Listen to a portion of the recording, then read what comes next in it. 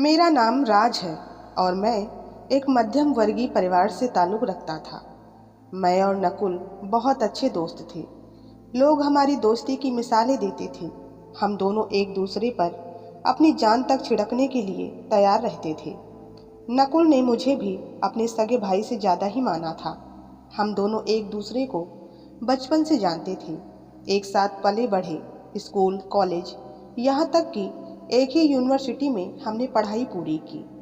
मैं जिस किसी चीज़ की इच्छा करता, फिर चाहे वो शूज हो, मोबाइल हो, घड़ी हो या फिर कुछ और, कितनी भी महंगी क्यों न हो, वो मुझे लाकर ही देता था और बदले में कभी कुछ नहीं मांगता था। और मैं भी नकुल को अपनी जी जान से ज़्यादा मानता था। समय बीत रहा था और एक दिन नकुल की ज़िंदगी में एक लड़की आई जिससे वो बहुत ज़्यादा प्यार करता था। नकुल कहता कि वो बाला की खूबसूरत है। वो कहता कि भगवान ने उसे शायद फुर्सत में तराशा होगा, इसीलिए वो इतनी खूबसूरत है। नकुल उससे शादी करना चाहता था। वो किसी और यूनिवर्सिटी में पढ़ती थी। वहीं कहीं उन दोनों की मुलाकात हुई थी। नकुल ने कई बार अपना प्यार जताया, पर उसे ये रिश्ता मंजूर नहीं था क्योंकि उन दोनों की जाति अलग अलग थी। मैं खुद नकुल को समझाता कि वो लोग किसी भी हालत में दूसरी जाति में शादी नहीं करते हैं, पर नकुल उसके प्यार में मानो पागल सा हो गया था। वो मेरी बात सुनने के लिए तैयार ही नहीं था। मैंने उस लड़की को आज तक नहीं देखा था, बस नकुल के मुंह से उसके बारे में सुन रखा था। हालांकि हमारी यूनिवर्सिटी की लड़कियां भी नकुल पर मरती थी क्योंकि वो हैंडसम होने के साथ साथ अमीर भी था। नकुल के साथ रहकर मुझे एक बात तो अच्छे से पता चल गई थी कि इस दुनिया में पैसा ही सब कुछ है। यूनिवर्सिटी में भी अधिकतर लड़के लड़कियों को नकुल की दोस्ती चाहिए थी। मुझे कोई ज़्यादा पसंद नहीं करता था क्योंकि मैं एक मध्यम परिवार से था। ऐसा नहीं था कि मैं दिखने में हैंडसम नहीं था, मेरी पर्सनालिटी भी कुछ कम नहीं थी, पर बस बात यही थी कि मैं गरीब था। मेरी यूनिवर्सिटी का खर्च ही माँ बहुत मुश्किल से कर पाती थी और थोड़ा बहुत खर्च नकुल भी देखता था। नकुल के परिवार में माता पिता, एक भाई और एक बहन थी और मेरे परिवार में माँ और 4 बहनें। पिताजी का देहांत जब हम छोटे थे तभी हो गया था। 2 बहनों की शादी हो गई थी और 2 बहनें अभी भी कुंवारी थी। दोनों बहनें पढ़ाई पूरी करके नौकरी करने लगी थी और माँ सिलाई करके घर का खर्च चलाती थी। मैं 4 बहनों में अकेला भाई था, इसलिए मेरी हर इच्छा पूरी की जाती थी।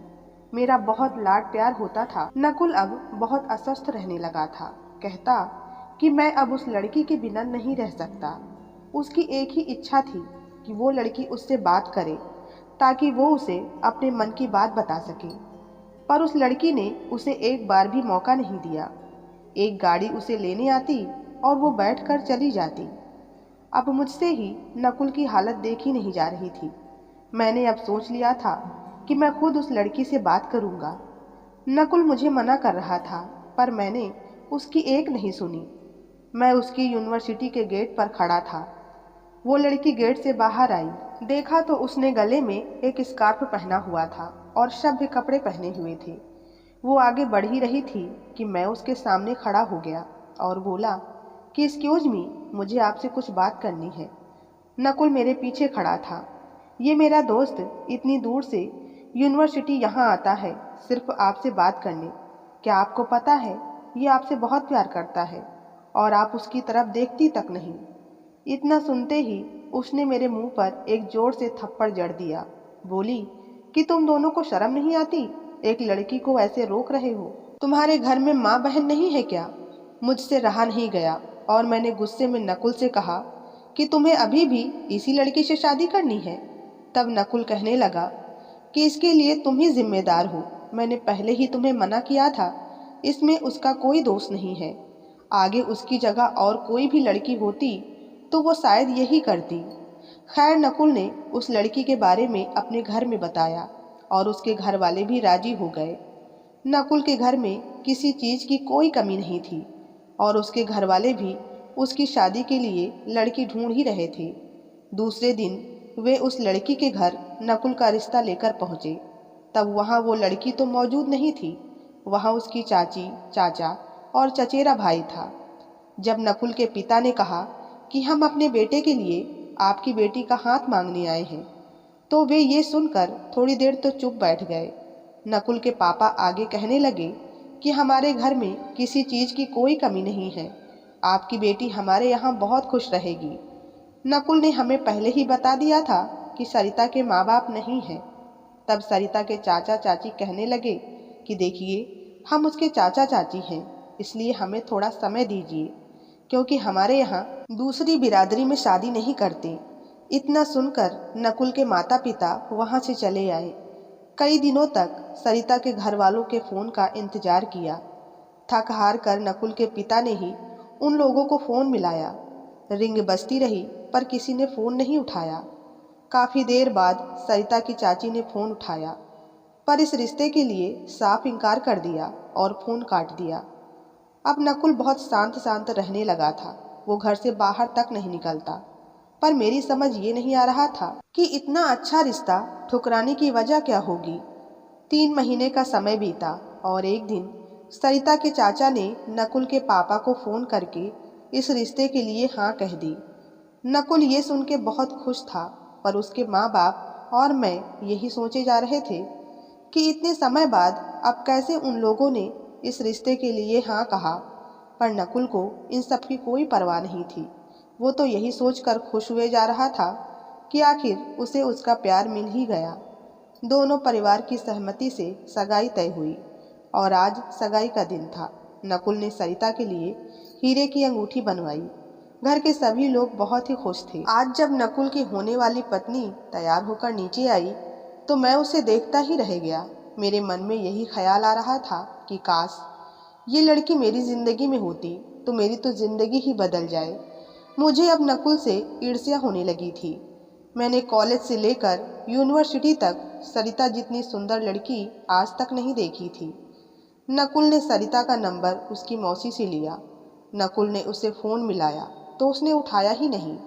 नकुल को लगा कि शायद या तो वो उसे पसंद नहीं करती या फिर उस पर इस शादी के लिए ज़बरदस्ती की गई होगी। फिर नकुल ने सोचा कि शायद शादी के बाद सब ठीक हो जाएगा। शादी का दिन आ गया। सारे मेहमान आ गए थे और बारात सरिता के दरवाजे पर पहुंची। सरिता आज भी किसी अप्सरा से कम नहीं लग रही थी और पता नहीं क्यों मुझे उन दोनों को साथ देखकर अच्छा नहीं लग रहा था। मैं नकुल के लिए जान तक दे सकता था, पर पता नहीं क्यों मुझे आज उससे जलन हो रही थी। आज मुझे नकुल को खुश देखकर खुशी नहीं हो रही थी। सरिता बहुत ही शांत लग रही थी, ज़्यादा कुछ बोल नहीं रही थी। शादी हुई और सभी अपने अपने घर चले गए। सरिता का उसकी ससुराल में जोरदार स्वागत हुआ और फिर वो दोनों अपने कमरे में चले गए, जो मैंने अपने हाथों से सजाया था। शादी हुए 1 महीना हो गया। अब नकुल बहुत अस्वस्थ सा दिखने लगा था। मैंने उससे वजह जानने की कोशिश भी की, पर हर बार वो मुझे टाल देता था। लग रहा था जैसे वो मुझसे कुछ छुपा रहा था और उसे ये शादी करके जैसे पछतावा हो रहा है। मैं ये सब देखकर खुश था, क्योंकि सरिता मुझे अच्छी लगती थी। मैं उससे प्यार करने लग गया था। मुझे नकुल उसके साथ सहन ही नहीं होता था। एक दिन मुझे नकुल की माँ का फ़ोन आया और जो कुछ उन्होंने मुझे बताया मैं तो हैरान सा हो गया। वे मुझे नकुल को समझाने के लिए बोल रही थी, लेकिन मैंने उसको कुछ समझाया ही नहीं, क्योंकि मैं खुद चाहता था कि उन दोनों में कुछ भी ठीक ना हो। नकुल छोटी छोटी बातों के लिए सरिता को दोष देता था और धीरे धीरे अब उसका तिरस्कार करने लगा था। मैं नकुल को सरिता के प्रति भड़काने लगा ताकि वो उससे लड़ झगड़ कर उसे तलाक दे दे। मैं द्वेष की आग में काफ़ी आगे तक निकल गया था। इस आग में मेरी और नकुल की दोस्ती की आहुति दी जा रही थी, क्योंकि मुझे अब हर हाल में सरिता को पाना था।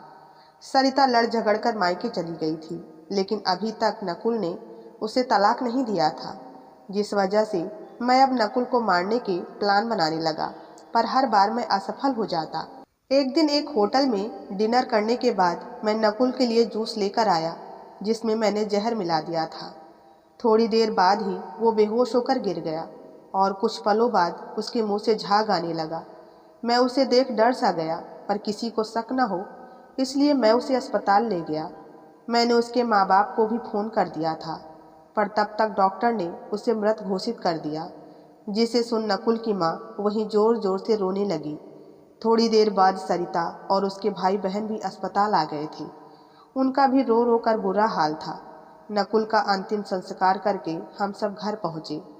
नकुल को गए हुए अब 4 से 5 महीने हो गए थे और अब उसके माँ बाप सरिता की दूसरी शादी के बारे में सोचने लगे। इधर मुझे अपने किए पर कोई पछतावा नहीं था। मैंने नकुल के माँ बाप से कहा कि आपको इधर उधर लड़का ढूंढने की ज़रूरत नहीं है, मैं सरिता को अपना लूँगा। मेरी बात सुनकर उन्हें भी कोई दिक्कत नहीं थी, क्योंकि वे मुझे अपने घर के सदस्य की तरह ही मानते थे। जब सरिता को यह बात पता चली तो वो इस शादी के लिए बिल्कुल भी राजी नहीं थी, पर सास ससुर के समझाने के बाद वो इस रिश्ते के लिए राजी हो गई और एकदम सीधे साधे तरीके से हमारी शादी हो गई। मैं आज बहुत खुश था कि आखिर इतनी कोशिशों के बाद मैंने सरिता को पा ही लिया, जिसके लिए मैंने अपने दोस्त तक को मार दिया था। मेरी माँ और बहन भी इस शादी से बहुत खुश थी। मेरे मन ही मन लड्डू फूट रहे थे कि आज मेरे कमरे में मेरा प्यार दुल्हन बनकर बैठी हुई थी। पर जब मैं अंदर कमरे में गया तो वहाँ का नज़ारा देखकर मैं हैरान हो गया, क्योंकि सरिता कफन ओढ़कर लेटी हुई थी। मैं तो ये सब देखकर चौंक सा गया और जब सरिता से इन सब के बारे में पूछा तो वो कहने लगी कि तुम मुझसे किसी तरह की उम्मीद मत रखना। मैंने कभी नकुल को भी मुझे छूने तक नहीं दिया और अब तुम्हें भी नहीं। पहले चाचा चाची के दबाव के कारण हाँ कहलवाई गई थी और अब सास ससुर के दबाव के कारण मुझे ये शादी करनी पड़ी। मुझे अब लगने लगा था कि शायद इसी वजह से नकुल सरिता से नाराज रहता था। मेरी आंखों में खून के आंसू बह रहे थे। मैं अपने हीरे से दोस्त को खो बैठा था। आगे वो कहने लगी कि अगर तुमने मेरे साथ जबरदस्ती की तो मैं आत्महत्या कर लूँगी। ये सब सुनकर मैं सुन्न सा रह गया। मैं तकिया लेकर सोफे पर लेट गया, पर मुझे नींद नहीं आ रही थी। लगभग 15 दिन तक ऐसा ही चलता रहा। रात होते ही सरिता सफ़ेद रंग का कपड़ा पूरे शरीर में लपेट लेती। मुझे अब सरिता मानसिक रोगी नजर आने लगी थी। एक रात सरिता गहरी नींद में सो रही थी, तब मैंने चुपके से उसका वो कफन हटाया। वो डर कर उठकर बैठ गई। उसे देख मैं अपने आप को रोक नहीं पा रहा था और उसके साथ जबरदस्ती करने लगा। मेरी ताकत के आगे वो अपने आप को छुड़ा नहीं पाई, पर जब उसकी पीठ पर मेरा हाथ गया तो मुझे कुछ अजीब सा लगा और जब मैंने देखा तो मानो किसी ने पीठ पर कुरेद करके कुछ लिखा हुआ था। उसकी पीठ देखकर मेरे रोंगटे खड़े हो गए और मैंने सरिता से पूछा कि ये सब क्या है। तब सरिता रोने लगी और बोली कि यही वजह थी कि मैंने नकुल को और अब तुम्हें अपने करीब नहीं आने दिया। मैं नहीं चाहती थी कि मेरी ये सच्चाई किसी के सामने आए। मेरी पीठ पर ये नाम पवन ने लिखा था, चाकू से। मैं उससे प्यार करती थी, पर वो एक शक्की किस्म का इंसान था। वो मुझ पर अपनी मनमर्जी करता था। उसका मानना था कि मैं सिर्फ उसकी हूँ और कोई अगर मुझे देख लेता तो वही मारपीट शुरू कर देता। एक दिन एक होटल में हम दोनों बैठे हुए थे।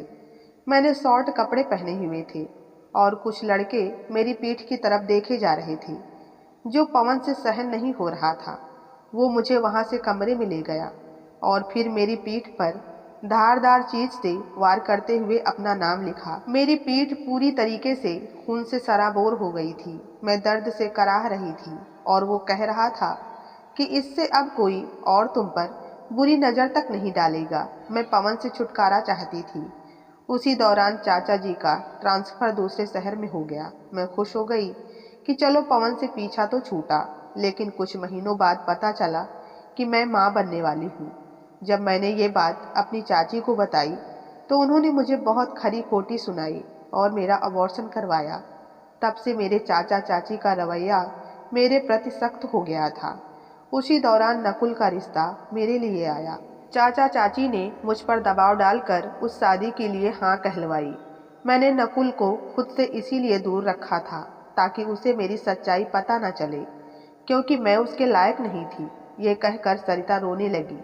मैं ये सब जानकर हैरान था और फिर मैंने उसके सामने अपना गुनाह भी कबूल कर लिया कि मैंने ही नकुल को मारा है, क्योंकि इस पाप के नीचे मेरी आत्मा का दम घुट रहा था। सरिता ये जानकर हैरान थी और बोली कि जब तुम अपने भाई से भी ज़्यादा गहरे दोस्त के नहीं हुए तो मेरे क्या होगे। अपने स्वार्थ के पीछे तुमने अपनी बचपन की दोस्ती ही ख़त्म कर दी।